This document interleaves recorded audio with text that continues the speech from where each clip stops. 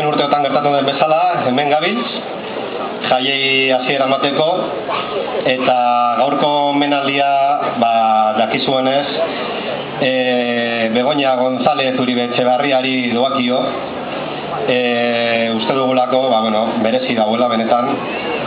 Gainera izango da, ona, hemen goian izango dagoen lehenengo emakumea, beraz, alde hortatik oso pozik.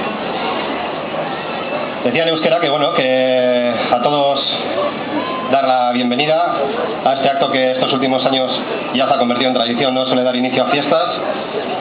Y cómo no, la homenajeada de hoy, sabéis que es Begoña González Uribe Etxebarria, Begola de Callalde para muchos, conocida. Entonces, además va a tener el honor de ser la primera mujer que además va a estar aquí arriba en el kiosco. Por lo tanto, previamente a darle la palabra a ella, cederle la palabra a nuestro alcalde, a Ricardo Ituarte, luego hablará Begoña y luego posteriormente procederemos a destapar la placa, el medallón que tenemos ahí arriba en el kiosco. Beraz, alkates, zure gaitza.